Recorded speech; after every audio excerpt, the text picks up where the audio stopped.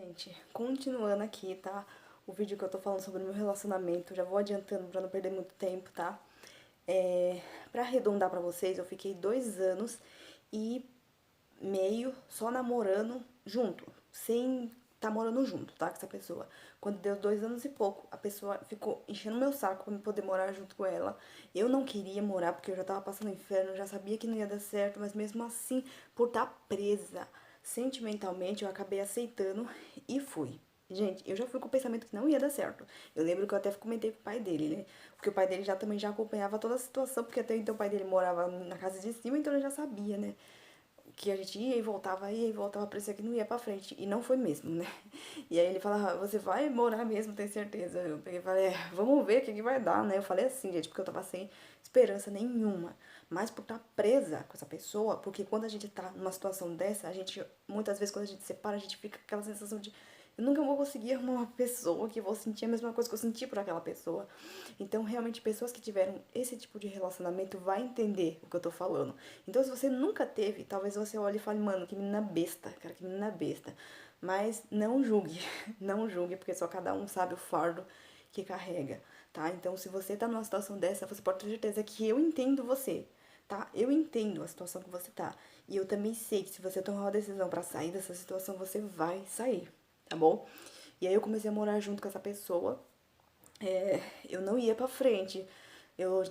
Sempre tive meu sonho de ser veterinária. Nunca consegui fazer. Pra vocês, como que assistiu o vídeo do dízimo, sabe? Que eu só consegui fazer esse curso depois que eu tinha separado essa pessoa, porque a minha visão começou a abrir em sentidos de, tipo, eu vou conseguir, sabe? Por quê? Porque eu só fazia bico, porque eu não conseguia um dinheiro nem sequer pra poder pegar um ônibus e entregar currículo, gente, pra vocês verem como era difícil.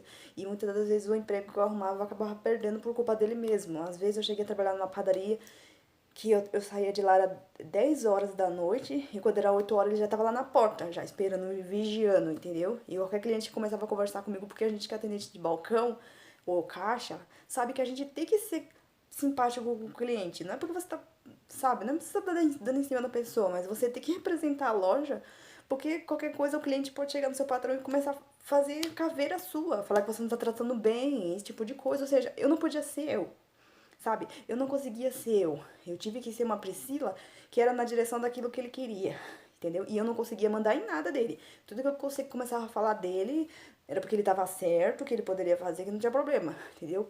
Que nem eu falei pra vocês no outro vídeo.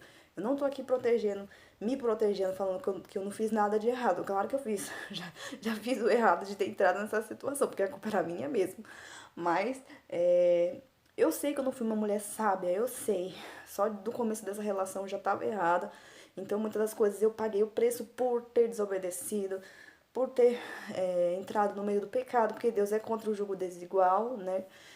O jugo desigual é você estar com uma pessoa que é totalmente diferente de você, sabe? E só dele não ser cristão já era algo que era pra mim já tipo, opa, ele não é cristão, não é Deus que tá mandando essa pessoa pra mim, entendeu? Se fosse hoje em dia, eu ia entender, ia orar o tanto que fosse, Deus, me ajuda a não sentir nada por essa pessoa, porque eu não quero ir pelo que o meu coração tá falando, porque muitas das vezes a fé é assim, gente, a fé é loucura pra esse mundo. Muitas das vezes você vai ter que orar desse jeito, pra você renunciar à sua carne, pra você não entrar nessas armadilhas aí do diabo e depois não sofrer tanto na sua vida, entendeu? Como já aconteceu comigo depois que eu separei dessa pessoa, que eu vou explicar em um outro vídeo, tá? Que eu pedi confirmação pra Deus e muitas das vezes Deus me confirmou e uma outra vez eu já sabia, eu nem pedi confirmação pra Deus porque eu já sabia que aquilo não era de Deus. Então a gente tem que ter sabedoria, tá bom? Mas antigamente eu não tinha, então acabei entrando num beco quase sem saída, né? Num labirinto ali onde eu não via saída. Então, como eu tava continuando no vídeo, eu olhava assim pras paredes e ficava, Deus, me ajuda a sair daqui, porque eu não tenho mais força pra sair daqui. Toda vez que eu saio daqui, eu fico naquele negócio que eu tenho que voltar, porque eu tenho que ajudar ele, sendo que ele não tá nem aí. A pessoa não tava nem aí. E você se mata tentando tirar a pessoa daquela situação, levar ela pra Jesus, sendo que a própria pessoa nem quer ir. Ah, Priscila, mas a gente tem que pregar o evangelho. Gente, eu preguei o evangelho pra ele 2 anos e pouco. Ele chegou a se batizar, pra vocês terem uma ideia. Mas quando a gente vê que a pessoa realmente não quer, porque ele se batizou por minha causa, entendeu? No início, parecia que ele queria mesmo sair daquela vida. Ele falou pra mim que queria sair, que eu fui a única pessoa que quis ajudar ele a sair daquela vida, que ele ia sair. Ele começou a ir comigo na igreja, assistiu os cultos, chegou a participar de alguma peça de dança que a gente dançava lá, e mas não se entregou. Se batizou, mas não quis o evangelho. Tem tantas pessoas aí que descem nas águas, mas quer continuar a vida errada e acha que Deus vai abrir a porta do céu e vai deixar a pessoa entrar. Deus não vai deixar, porque Deus é justo. Ele vai deixar aquele que renuncia. Tem tanta pessoa que fala que o evangelho é fácil. Deus não quer que você fique carregando fardo. A gente tá aqui nesse mundo, a gente vai sofrer. A gente vai sofrer. Por quê? Porque Deus já fala, no mundo tereis aflições. Deus não tá falando que depois que você aceitar ele, vai ser tudo maravilhoso. Que você vai ser rico, que todo mundo vai olhar pra você e vai falar, nossa, que cristã. Aquela pessoa é perfeita, é cristã, nossa, que maravilha. Não, todo mundo vai te condenar. Todo mundo vai tirar sarro da sua vida. Todo mundo vai tirar sarro porque você não tá indo em festa mais. Todo mundo vai tirar sarro falando, nossa, bebia, fazia um monte de besteira, falava palavrão, aí agora tá dando uma de crente. O povo vai fazer isso aí mesmo. Porque o diabo vai usar as pessoas pra fazer isso. Então não pensa que você vai entrar no evangelho e vai ser tudo maravilhoso. Não, não vai não. Esse mundo é mundo de luta. Você tem que lutar pra você poder manter a sua salvação. A própria palavra fala que a gente tem que tomar cuidado pra gente não perder, não deixar ninguém roubar nossa coroa. Imagina ir pro inferno porque as pessoas foram e te desviaram porque você quis ir na onda delas. Gente, o diabo ele trabalha 24 horas para tirar os cristãos. O diabo odeia mais os cristãos do que aqueles que estão no mundo. Vocês podem ter certeza, odeia mais a gente que é cristão. Porque a gente tá aqui defendendo o evangelho de Deus, lutando para que a gente mantenha a nossa salvação, para que a gente possa ser salvo. E muitas das vezes e o diabo continua aí, trabalhando a todo vapor para tentar tirar a gente do nosso foco. E foi isso que aconteceu com ele. Ele se batizou tudo, mas ele fez isso por minha causa. Não porque ele queria mesmo uma vida, porque ele queria demonstrar isso pra mim, não era? Ele não demonstrava que queria sair realmente. Pra vocês verem isso, que foi o que eu realmente passei na vida dele. Eu passei nessa situação, nessa vida. Tentava se esforçar, às vezes eu me via carregando todo o fardo sozinha. E ele fazendo o que queria, fazendo as bagunças dele, saindo pra beber, voltando ruim, zoado, com aquela cara que quem entende dessas coisas já sabe que a pessoa bebeu, encheu a cara, fez tudo que queria fazer lá fora, enquanto a mulherzinha tinha que ficar dentro de casa, não podia sair pra nada, porque se sair o celular começava a tocar, né? Porque, né? Pra vocês verem. Gente, nossa, gente, foi um inferno, literalmente. Então, no momento que eu tava morando junto, eu comecei a acordar, comecei a pedir pra Deus me dar força, até porque eu já tinha sofrido agressão. Eu já tinha visto no celular dele trocando mensagens com outra mulher, já tinha separado, depois voltei, enfim, já tinha sofrido tudo que vocês imaginar. Já tava emagrecendo, já tava passando muitos momentos difíceis, já não tava aguentando mais. E eu já tava me vendo numa situação de, nossa, a qualquer hora eu vou acabar morrendo aqui, literalmente. Então, assim, gente, eu comecei a orar pra Deus, pedindo pra Deus força. Se você tá nessa situação e não tem como sair, acha que não tem como sair, tem como sair. Peça força pra Deus. Deus, ele vai te dar força pra você sair dessa situação. E eu comecei a pedir força, muita força pra Deus, mas não pensa que vai ser assim, tipo, eu pedi, Deus, me dá força pra sair daqui. Aí chega no outro dia, do nada, eu não sinto mais nada por ele e eu consigo sair dessa situação da melhor maneira possível. Da melhor maneira possível. Não, gente, não é assim. Porque pra entrar é fácil, pra sair é difícil. A gente tem que mostrar pra Deus que a gente tá disposta realmente a sair. Então não foi fácil. No dia que eu fui sair, eu fiquei morando com ele. Eu acho que eu fiquei até outubro. Eu fui morar com ele. Gente, eu não lembro mais, mas eu fiquei acho que uns 7, 8 meses morando com ele. E no oitavo mês, se não me engano, que era o mês de setembro. Era o mês de setembro, no finalzinho do mês de setembro. Deus já tava abrindo meus olhos pra muitas coisas. A gente tava brigando tanto que eu vivia com as minhas coisas já arrumadas na cozinha, porque qualquer coisa eu só tava esperando a próxima pra eu poder ir embora. E como eu já tinha feito isso várias vezes, né, eu já tava até acostumada já. E aí eu já deixava as coisas arrumadas na cozinha. E eu passei uma semana terrível, brigando. A gente tava assim, sem falar, enfim, eu não tinha emprego. Eu tava fazendo um bico, mas ele também tava trabalhando nesse bico. E ele demonstrava para as pessoas que era super ciumento. As pessoas, que no caso eu trabalhava numa fábrica de pipa lá, e ele também chegou a trabalhar lá, pra vocês verem. Ele chegava, fazia assim, começava a conversar com os patrão lá, do nada começava a trabalhar lá. E lá trabalhava o meu irmão também e mais uma irmã minha. E a gente ficava trabalhando lá e eu não conseguia conversar com a minha irmã porque ele pensava que a gente ficava cochichando e ficava entrando lá, né? Porque cada um trabalhava num lugar diferente, mas dentro do mesmo local. E, enfim, todo mundo lá já sabia que ele era super ciumento, não conseguia conversar com ninguém, eu começava a ficar irritada. Até minha irmã mesmo já tava incomodada com a situação, porque ele ficava dando a entender que ela tava querendo me dar ideia pra fazer alguma coisa.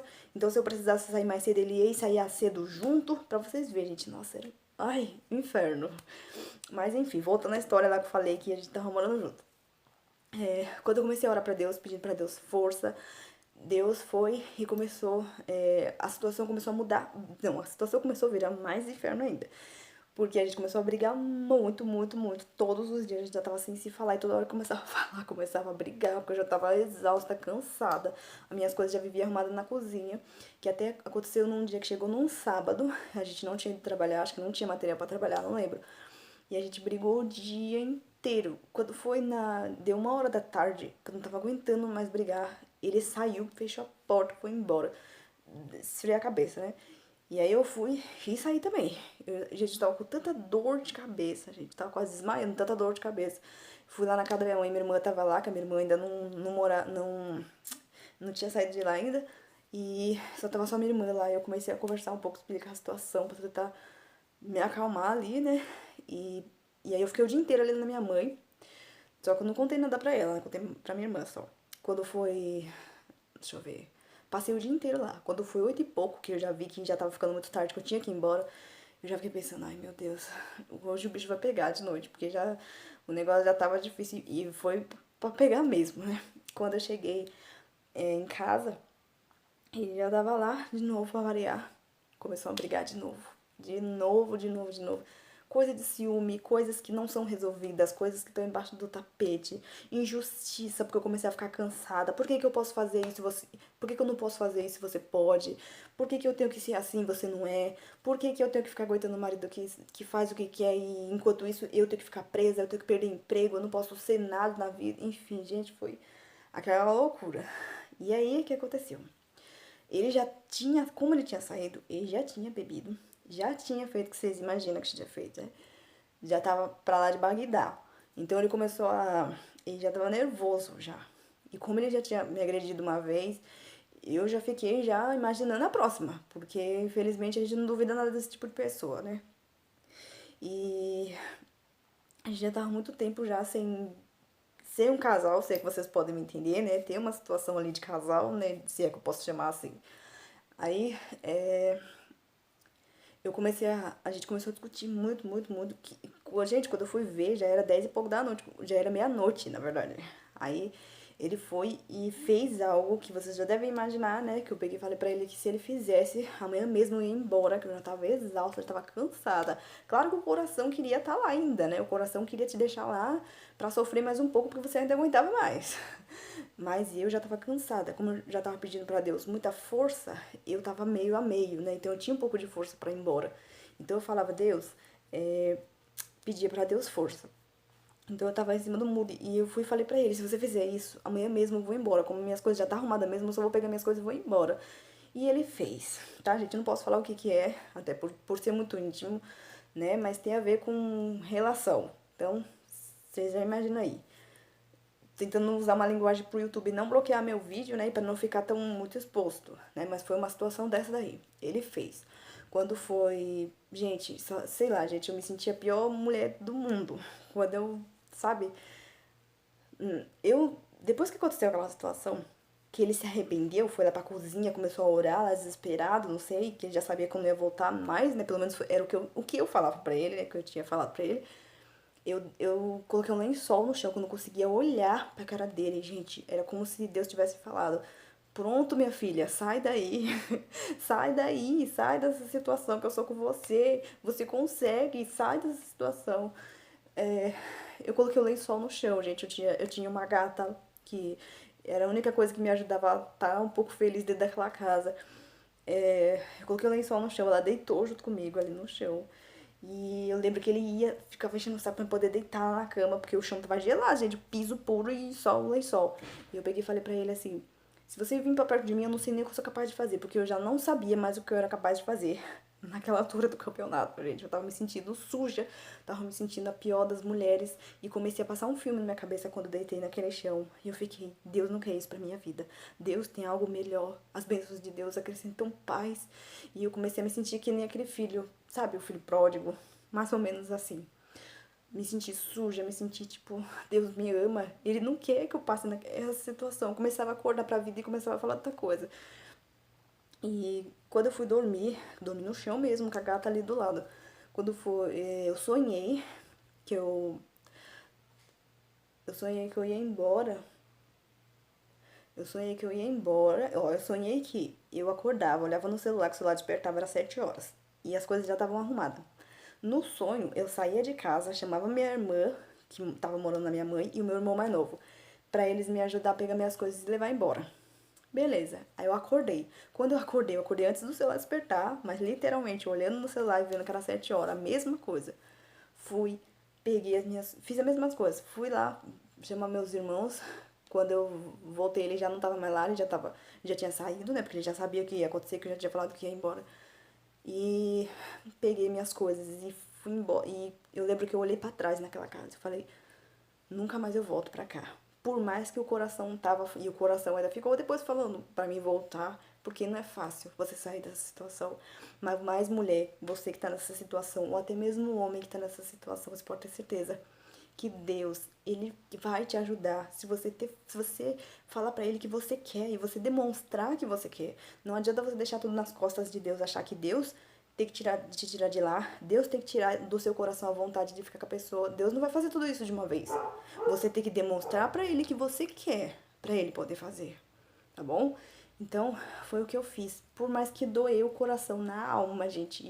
E vocês viram tanto que eu sofri nessa situação. E mesmo assim, eu ainda tava sofrendo, achando que eu poderia tirar a pessoa daquela situação. Só que quando eu vi que eu já tava quase morrendo naquela situação, eu literalmente tomei uma atitude de sair daquela situação.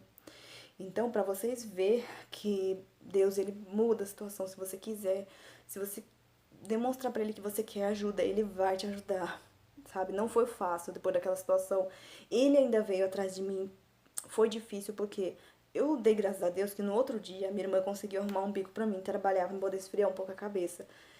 E eu consegui, comecei um pouco a trabalhar, né? Então eu não ficava só em casa pensando o tempo inteiro naquela pessoa, né? Então eu consegui ter força para poder recomeçar a minha vida e mesmo com todos os dias pensando naquela pessoa, todos os dias, eu tive que bloquear ela nas redes sociais para que eu pudesse ficar em paz, porque eu não tava tendo paz, toda hora precisava mandar mensagem, tudo. Quando foi, acho que foi em outubro, acho que foi em outubro, peraí, acho que um pouco depois de outubro, depois da festa das crianças que teve na igreja, eu não lembro se ele tava lá, se não me engano ele tava, não lembro. Ele me procurou lá na casa da minha mãe, querendo voltar. Imagina, gente, a gente se segurando pra não voltar, porque a gente não quer aquela vida e a pessoa indo atrás. E eu falei pra ele que não queria mais, que queria... Não, aliás, eu falei pra ele que precisava de um tempo, tá?